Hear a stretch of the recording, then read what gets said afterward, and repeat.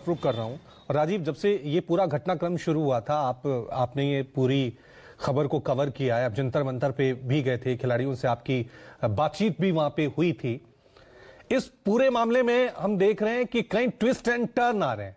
कभी ऐसा लग रहा है कि खिलाड़ियों के आगे सरकार झुक गई, कभी ऐसा लग रहा है कि ब्रजभूषण शरण सिंह जीत गए। एक के बाद एक नए बदलाव देखने को मिल रहे हैं। जब पूरी बॉडी इससे पहले भी भंग कर दी गई थी तो ऐसा लगा खिलाड़ियों की जीत हो गई। फिर जब दोबारा चुनाव हुए तो फिर ब्रजभूषण शरण सिंह का करीबी जीत गया, तो ऐसा लगा कि नहीं, अभी भी दबदबा जो है वो ब्रजभूषण शरण सिंह का ही बना हुआ है। और कल फिर सरकार ने एक और फैसला किया, इस नई निर्वाचित बॉडी को ही सस्पेंड कर दिया। तो राजीव, एक सवाल तो सबके जहन में ये उठता है कि क्या वाकई सरकार खिलाड़ियों के साथ है, या जो उनके आंसू निकले और सम्मान की लड़ाई जो वो कह रहे हैं कि हम लड़ रहे हैं, उससे सरकार ने अपने फैसले में बदलाव किया, या फिर पर्दे के पीछे कुछ और राजनीतिक लड़ाई चल रही है। सरकार बड़े सोच समझकर इस मुद्दे पर आगे बढ़ रही है। राजीव, आपका विश्लेषण।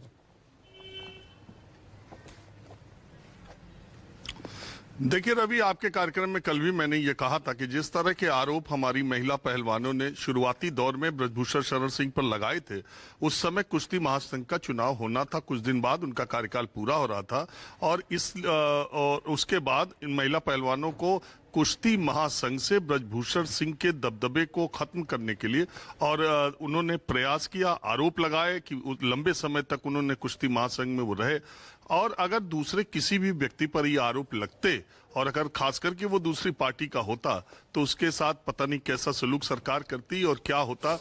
इस तरह के आरोपों में क्या होता है आपको अच्छी तरह पता है। लेकिन चूंकि कुश्ती महासंघ के अध्यक्ष रहते हुए ब्रजभूषण शरण सिंह ने उन आरोपों का बहुत डटकर उस समय सामना किया, और पार्टी सहित, मुझे ऐसा लगता है पार्टी सहित सरकार में बैठे लोगों को उन्होंने ये समझाने में कामयाबी पा ली थी कि ये उनके खिलाफ साजिश है। और उसके बाद आपको पता है कि एफआईआर तक दर्ज नहीं हुई। आमतौर पर इस तरह के मामलों में एफआईआर दर्ज होने में देरी नहीं होती, लेकिन एफआईआर तक दर्ज नहीं हुई। अदालत में जाने के बाद अदालत के निर्देश पर एफआईआर दर्ज हुई। आपको याद होगा उस समय दिल्ली पुलिस की कितनी बड़ी बैठक हुई थी कि अब तो एफआईआर दर्ज करना पड़ेगा। तो ये सारा जो घटनाक्रम हुआ ये लंबे समय तक चला, और भारतीय जनता पार्टी ने, मैं कहता हूं कि ब्रजभूषण शरण सिंह का बहुत लंबे समय तक साथ भी दिया। अगर साथ न दिया होता पार्टी और सरकार ने तो शायद ब्रजभूषण शरण सिंह इतने समय तक उन आरोपों का सामना नहीं कर सकते थे।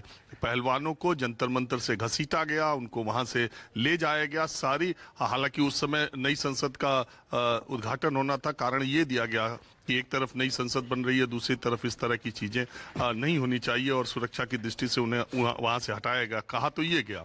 लेकिन ये सारा जो मामला चला है उसमें ब्रजभूषण शरण सिंह के ऊपर जो आरोप लगे वो बने रहे थे। उसकी बहुत सारी वजहें हैं। एक तो वो ये, मुझे ऐसा लगता है कि वो ये बताने में कामयाब रहे थे कि वो इस लड़ाई को लड़के जीतेंगे और आरोपों में दम नहीं है, या ये सब कुश्ती महासंघ के इलेक्शन की वजह से हो रहा है। फिर बाद में आपको पता है वो भी सस्पेंशन हुआ, फिर चुनाव के, फिर इंटरनेशनल बॉडी है उसने इसको निलंबित कर दिया क्योंकि यहाँ चुनाव नहीं हो रहा है। फिर पंजाब हरियाणा हाई कोर्ट में ये मामला गया, चुनाव का जुलाई अगस्त में होना था, फिर टलते टलते अब हुआ। लेकिन पहले यह बात एक अंडरस्टैंडिंग के तौर पर थी कि ब्रजभूषण शरण सिंह न तो अपने किसी रिश्तेदार को और न किसी परिवार के सदस्य को कुश्ती महासंघ का चुनाव लड़ाएंगे।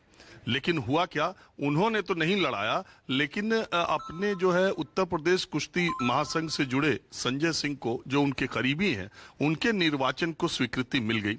पहलवानों के लिए सबसे बड़ा झटका उसी समय था, क्योंकि उन्होंने अनीता, जो शेरान है अनीता पहलवान, उनको अध्यक्ष पद के लिए दूसरे तरफ से तैयार किया था। वो राष्ट्रमंडल खेलों में स्वर्ण पदक विजेता भी हैं, पहलवान भी हैं। पहलवानों को झटका पहला तभी लगा जब ब्रजभूषण सिंह के करीबी संजय सिंह के नामांकन की स्वीकृति मिल गई, और उसके बाद 47 वोटों में 40 वोटों से जब वो अध्यक्ष पद का चुनाव जीते तो ये दूसरा झटका था। और मजेदार बात यह है कि उपाध्यक्ष पद का जो उम्मीदवार है वो ब्रजभूषण शरण सिंह का नहीं जीत सका, अध्यक्ष पद का उम्मीदवार ही जीत सका, और वो बहुमत से 47 में से 40 वोटों से संजय सिंह जीते। बात ये दूसरा झटका था। बात बिगड़ती कहां से दिखती है, और जहां ब्रजभूषण सिंह की कमजोर नस दबाने में मुझे लगता है कि पार्टी या सरकार की तरफ से या उनके ऊपर जो दबाव पड़ा, वो कमजोर नस वो हुई जो 21 तारीख को संजय सिंह ने चुनाव जीतने के साथ ही इस बात का ऐलान कर दिया कि अब अंडर 15 और अंडर 20 का ट्रायल नंदिनी नगर गोंडा में होगा। यानी जो कुछ भी हो जाए, चाहे सरकार कुछ कहे, चाहे पहलवान कुछ कहे, चाहे मीडिया कुछ कहे, चाहे जनमानस कुछ कहे, कोई दबाव हो, लेकिन ब्रजभूषण सिंह का दबदबा है और कायम रहेगा। अब इस देश में जिसको कुश्ती का नेशनल लड़ना है उसे गोंडा के ब्रजभूषण शरण सिंह के घर आके ही कुश्ती लड़ना पड़ेगा नेशनल खिलाड़ियों को। और यही एक बात मैं आपको बता रहा हूं रवि, यही एक बात ब्रजभूषण शरण सिंह और इस पूरे कुश्ती फेडरेशन के खिलाफ चली गई और इसीलिए मौका मिला सरकार को। और जिस तरह का साक्षी मलिक ने पहलवानी छोड़ने का फैसला किया, वो जो साक्षी मलिक के आंसू थे, वो जो हमारी एक पहली महिला पहलवान जिसने ओलंपिक का पदक जीता था, वो जो देश की बेटियों का शान थी, वो पहलवान जिसने न जाने इस देश की कितनी महिला और लड़कियों को, छात्राओं को खेल की तरफ मार्गदर्शन के तौर पर एक प्रेरणा स्रोत के तौर पे काम आई थी, उसके जो आंसू गिरे हैं, उसने जो जूता उठा के रखा है और वो सीढ़ियों से रहते हुए प्रेस क्लब में प्रेस कॉन्फ्रेंस के फर्स्ट फ्लोर से नीचे उतरी है, वो जो आंसू का असर था वो बहुत गंभीर हुआ। और सत्ता पक्ष और विपक्ष में देखिए राजनीतिक शहमात का खेल चलता रहता है। आपको पता है कि 150 सांसदों के निलंबन का मामला बहुत बड़ा था, विपक्ष इसको बड़ा मुद्दा बना पाता, उससे पहले सत्ता पक्ष ने उपराष्ट्रपति के अपमान, जाट समाज का अपमान और ये सारी चीजें करके उसको बहुत हद तक न्यूट्रलाइज कर दिया था। लेकिन इसे आप संयोग कहें या प्रयोग कि हरियाणा के ही जाट पहलवानों का मामला था और हरियाणा का ही मामला वहां से निकला और ये साक्षी मलिक का जो पूरा एपिसोड हुआ और कुश्ती फेडरेशन ने जैसे कुछ किया, इससे निश्चित तौर पर बीजेपी की और सरकार की किरकिरी होती दिख रही थी कि वहीं पर बेटी पढ़ाओ और बेटी बचाओ की बात करने को, सबको समान अवसर देने की बात करने की, और अब आप चुनाव जीतने के बाद तुरंत ये बात कह रहे हैं कि आप गोंडा में नेशनल्स कराएंगे। मुझे लगता है यही उनके विपरीत गई और जेपी नड्डा से मुलाकात के बाद हमेशा के लिए कुश्ती छोड़ने का ऐलान ब्रजभूषण शरण सिंह को करना पड़ गया। अब जब जहां तक इसके चुनाव की बात है, देखिए सरकार ने फैसला किया, लखनऊ में राजीव आप कह रहे हैं कि सरकार ने फैसला किया है और सरकार जो है खिलाड़ियों के आंसुओं से पिघल गई, लेकिन हमने हमेशा देखा है, चाहे अजय मिश्र टेनी का मामला हो, किसान आंदोलन का मामला हो, सरकार बड़ी आसानी से बैकफुट पे नहीं आती है। अब ब्रजभूषण सिंह के खिलाफ कोई कार्रवाई नहीं और जिस तरह से नई बॉडी को सस्पेंड किया गया है, एक सवाल यह भी उठता है कि पूर्वांचल का जो सियासी गणित है उस पर क्या असर पड़ेगा। और जिस तरह से उपराष्ट्रपति जगदीप धनखड़ को लेकर जाटों का मामला, जाट वोटर्स को साधने की कोशिश सरकार करने लगी थी, इस पूरे घटनाक्रम से क्या असर पड़ेगा उन सब पर?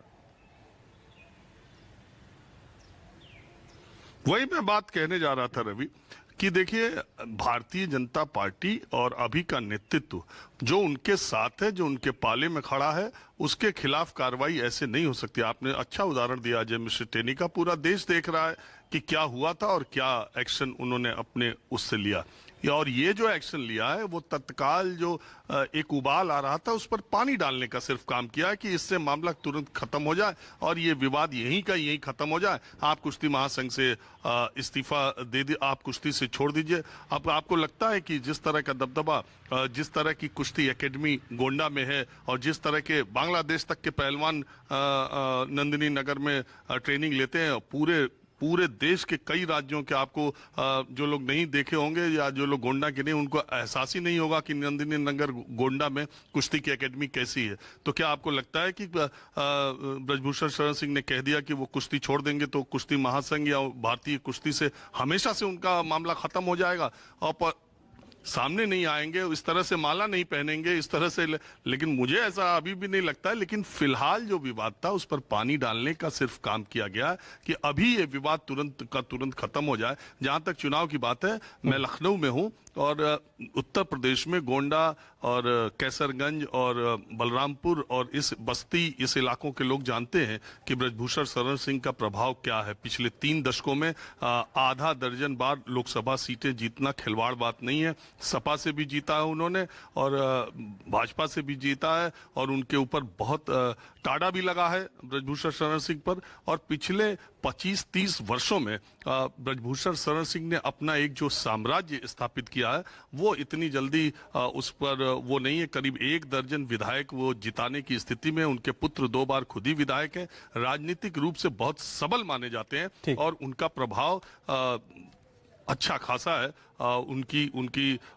उनका जो पूरा का पूरा कैसरगंज और गोंडा इलाके में है, वो सब इधर के लोगों को सबको पता है। और जहां तक चुनाव की बात है, ब्रजभूषण शरण सिंह पर के चुनाव पर, लोकसभा चुनाव पर मुझे कोई ऐसा नहीं लगता कि इस घटनाक्रम से कहीं कोई प्रभाव पड़ेगा। ठीक है, तो ये सम्मान की लड़ाई है, अपमान की लड़ाई है, फिर चुनावी घमासान